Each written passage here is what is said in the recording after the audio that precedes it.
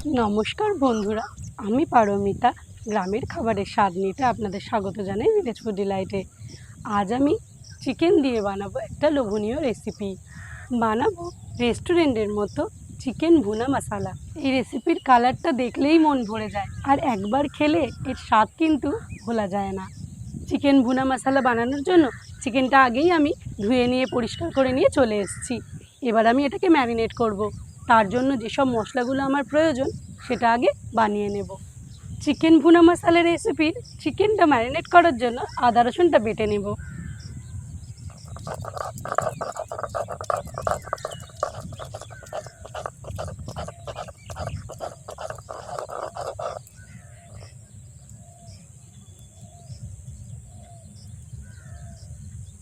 আদা রসুনটা আমার বাটা হয়ে গেছে। এবার চিকেনটা ম্যারিনেট করে নেব। চিকেনটা এবার ম্যারিনেট করে নেব। দিয়ে দিচ্ছি আদা রসুন বাটা, লেবুর রস, নুনটা দিয়ে ভালো করে মাখিয়ে নেব।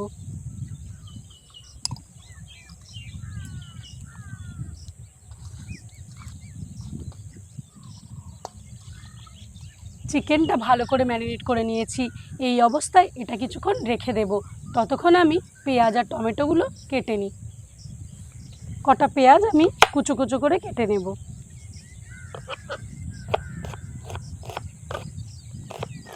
পেঁয়াজটা একদম কুচি কুচি করে কেটে নেব।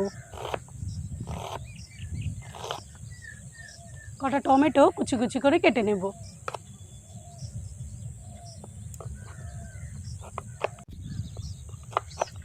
টমেটোটাও পেঁয়াজের মতো কুচো কুচো করে কেটে নিতে হবে। পেঁয়াজ টমেটো আমার সব কাটা হয়ে গেছে। এবার আমি রান্নাটা চাপিয়ে দেব। চিকেন ভুনা মশলা করার জন্য কড়াইতে দিচ্ছি তেল। তেলের মধ্যে দিয়ে দিচ্ছি গোটা গরম মশলা, জিরে, দিয়ে দিচ্ছি গোটা গোলমরিচ, দিয়ে দিচ্ছি শুকনো লঙ্কা, তেজপাতা। এই গোটা মশলাগুলো হালকা ভেজে নেব। মশলা থেকে খুব সুন্দর একটা গন্ধ বেরিয়ে গেছে। এবার দিয়ে দিচ্ছি কুচনো পেঁয়াজ।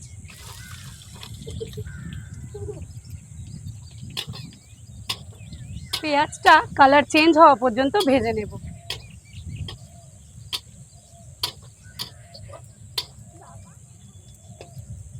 পেঁয়াজটা হালকা ভাজা ভাজা হয়ে গেছে। এবার দিয়ে দেব আদা রসুন বাটা। রসুনের কাঁচা গন্ধটা কেটে যাওয়া পর্যন্ত আদা রসুন পেঁয়াজ একটু ভালো করে ভেজে নেব। আদা রসুন পেঁয়াজ ভালো করে ভাজা হয়ে গেছে। এবার দিয়ে দিচ্ছি টমেটো। টমেটোটা যাতে তাড়াতাড়ি গলে যায় তার জন্য দিয়ে দিচ্ছি নুন। নুনটা দিয়ে একটু নাড়বো যাতে টমেটোটা একটু গলে যায়।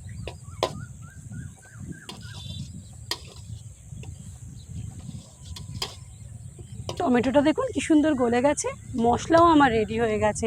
এবার ম্যারিনেট করা চিকেনটা দিয়ে দেব। ম্যারিনেট করা চিকেন। চিকেনটা মশলার সাথে ভালো করে ভেজে নেব।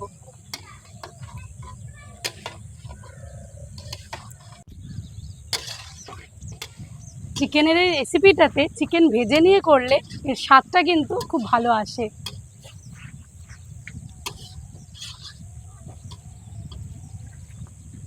চিকেনটা দেখুন বেশ ভাজা ভাজা হয়ে গেছে। এবার বাকি মশলাগুলো দিয়ে দেব। দিয়ে দিচ্ছি হলুদ, ধনে গুঁড়ো, কাশ্মীরি লঙ্কার গুঁড়ো। মশলাগুলো সমেত মাংসটা ভালো করে কষিয়ে নেব।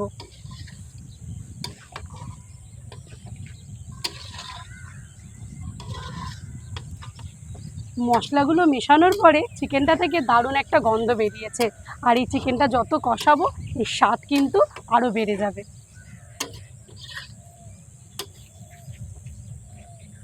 এই অবস্থায় দিয়ে দেব কিছু চেরা কাঁচা লঙ্কা।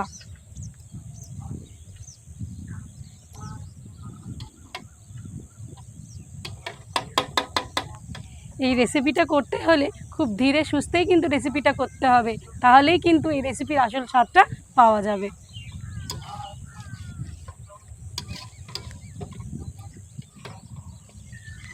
দেখুন মাংসটা কি সুন্দর কষানো হয়েছে। এবার দিয়ে দেব ফেটিয়ে রাখা টক দই। এই টক দইয়ের সাথে মাংসটা ভালো করে মিশিয়ে নেব।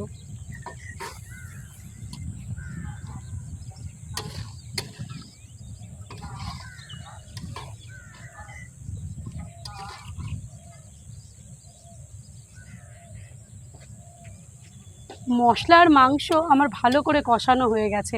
এবার দিয়ে দেব জল, যাতে মশলাটা পুড়ে না যায়। দিয়ে দিচ্ছি জল।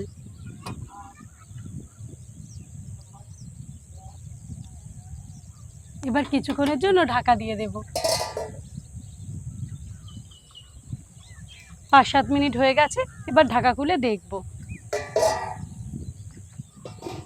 মাংসের কালারটা শুধু একবার দেখুন, চারপাশ থেকে কি সুন্দর তেল ছেড়ে দিয়েছে। দেখে মনে হচ্ছে না রেস্টুরেন্ট স্টাইলের চিকেন ভুনা মশলা?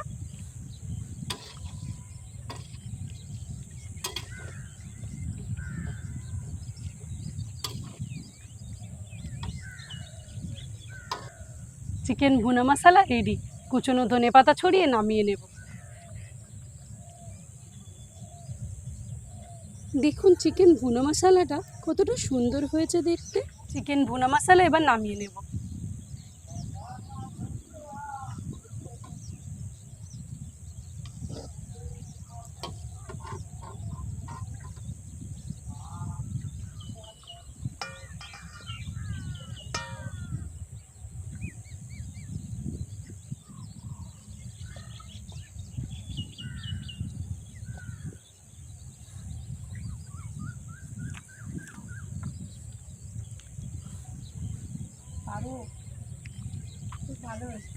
ভালো হয়েছে?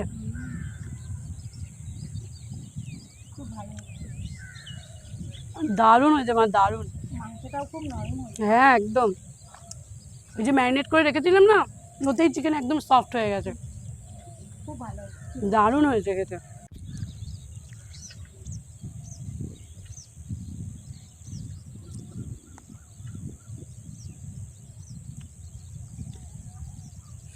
দু একটা গোটা মশলা গালে পড়ছে, অসাধারণ লাগছে খেতে।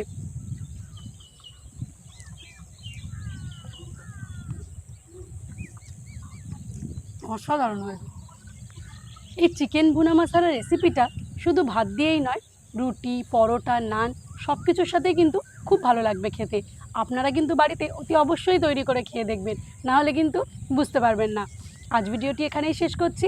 আমার ভিডিওটি যদি আপনাদের ভালো লেগে থাকে, চ্যানেলটি সাবস্ক্রাইব করবেন। অবশ্যই বাড়ির তৈরি খাবার খাবেন, সুস্থ থাকবেন, ভালো থাকবেন। ধন্যবাদ।